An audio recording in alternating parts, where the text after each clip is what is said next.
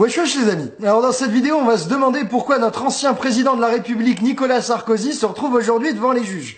Alors dans cette affaire, il y a deux points importants. Le premier, c'est que la justice le met en examen parce qu'elle le soupçonne d'avoir triché à l'élection présidentielle qu'il a gagnée, qu'il a fait élire en 2007. Il aurait triché en recevant des millions et des millions du dictateur libyen Muammar Kadhafi. Premier point. Deuxième point louche, c'est que dans cette affaire, il y a beaucoup de témoins clés qui sont ou morts ou dans le coma et donc dans l'incapacité de témoigner. Bref, toute cette affaire pue l'affaire d'État et en tout cas le scandale démocratique. Alors pourquoi est-ce qu'on dit que toucher de l'argent libyen c'est un scandale démocratique? Parce qu'il faut comprendre que dans une campagne électorale, celui qui a le plus d'argent, il est avantagé, il a de grandes chances de gagner. Et c'est pourquoi dans l'élection présidentielle, comme c'est important, la loi elle fixe un maximum de dépenses autorisées par candidat pour qu'il y ait un minimum d'équité. Et en 2007, le maximum c'était 21 millions d'euros. C'est-à-dire que si un candidat dépense plus que 21 millions d'euros, boum, l'élection est invalidée, il n'a pas le droit. Et le problème avec les financements libyens, c'est que là, on est en train de suspecter Sarkozy d'avoir touché des dizaines de millions d'euros. Il y a certaines estimations qui disent qu'il a touché 50 millions d'euros. Et c'est des millions d'euros en plus du plafond. Des millions qui sont pas déclarés, pas comptabilisés. Du coup, c'est une énorme tricherie qui aurait complètement faussé la donne de la campagne présidentielle de 2007. Pourquoi on soupçonne Sarkozy d'avoir triché? C'est parce que, d'après un rapport de police, il y a beaucoup de témoignages de la part de militants de la campagne de Sarko en 2007 qui montrent qu'il y avait des enveloppes de cash qui circulaient. C'était des enveloppes de quelques milliers d'euros qu'on donnait aux gens, ou en complément de salaire, ou en prime de fin de campagne.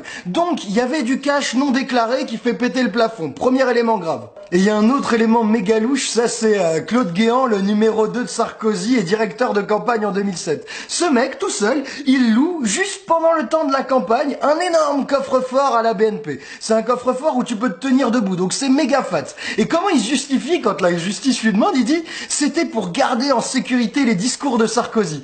Alors c'est complètement une blague, il y a beaucoup de témoignages de la part de militants UMP qui disent que les discours, ils étaient accessibles dans leur internet interne. Du coup, il n'y a aucune raison d'avoir un coffre-fort comme ça. Bref, quand on compile les enveloppes et le coffre-fort, ça pue l'argent sale qui a irrigué la campagne de Sarko en 2007. Et ce cash-là, d'où il vient? Apparemment, il viendrait directement de Kadhafi. Et là, on va vous donner les 3 éléments qui permettent à notre justice de le soupçonner. Le premier élément, c'est un document officiel libyen qui vient de leurs archives. Et ce doc, il est complètement ouf. Ce document, c'est un ordre que le régime donne à Monsieur Thune numéro 1 du régime, il s'appelle Bachir Saleh, et le régime ordonne à Bachir Saleh de transférer jusqu'à 50 millions d'euros pour la campagne de Nicolas Sarkozy en 2007. Ce document, il date de 2006, il a été authentifié par tous les experts possibles. Du coup, notre premier élément, et c'est vraiment majeur, c'est un accord de financement à hauteur de 50 millions d'euros. Mais au-delà de cet accord, est-ce que les Libyens ont vraiment transféré l'argent? Pour le savoir, il y a le deuxième élément matériel du dossier.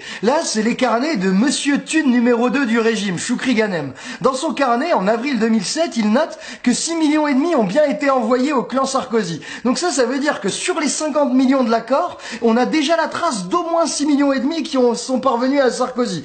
Et ce carnet, c'est du solide. Dites-vous qu'il a été authentifié par les experts de 3 pays européens. Donc il n'y a aucune raison d'en douter. Le troisième élément important du dossier, c'est le témoignage de Ziad Takedine. Le mec, il affirme avoir livré directement à Claude Guéant et Nicolas Sarkozy 5 millions d'euros en cash, en grosse coupure, entre novembre 2006 et janvier 2007. Donc vous allez dire, ouais, Takedine, c'est un escroc, si ça se trouve, il ment. Peut-être, mais la justice, elle a trouvé un truc intéressant. Elle a trouvé sur un compte secret de Ziad Takedine un virement de 2 millions d'euros qui provient d'un fonds libyen. Et ce virement de 2 millions d'euros, il est aux mêmes dates. Donc ça pourrait très bien correspondre à une commission touchée par Takedine pour avoir porté les valises. Alors Takedine, lui, il a témoigné devant la justice. Mais il y a 3 témoins clés de cette affaire qui verront jamais un juge. Parce que, ou ils sont dans le coma, ou ils sont morts, et quand on vous racontera comment, vous verrez comme ça pue. Alors le premier qui verra jamais un juge, c'est Monsieur Thune numéro 1 du régime, Bachir Saleh, le mec du document d'accord de financement à 50 millions. Ce mec, il avait jamais accusé Sarkozy, depuis que le document est sorti. Mais là, tout récemment, il a commencé dans une interview au journal Le Monde à parler du financement libyen de la campagne de Sarko de 2007. Du coup, la justice espérait qu'il allait enfin se mettre à parler. Mais, manque de peau, il y a juste quelques semaines, il s'est pris une rafale de balles dans sa planque en Afrique du Sud. Alors, il est pas mort, il est que dans le coma, mais on vous l'assure, il parlera pas tout de suite. Il y a un deuxième témoin qui parlera jamais à un juge. C'est Monsieur Thune numéro 2, Choukri Ghanem, l'homme du carnet qui a été retrouvé. Alors lui, sa mort, elle est méga louche. Le mec a été retrouvé tôt le matin, flottant dans le Danube avec un jean et une chemise. Et ça, les services secrets français décrivent qu'il était en train de faire faire un jogging à 5 heures du matin.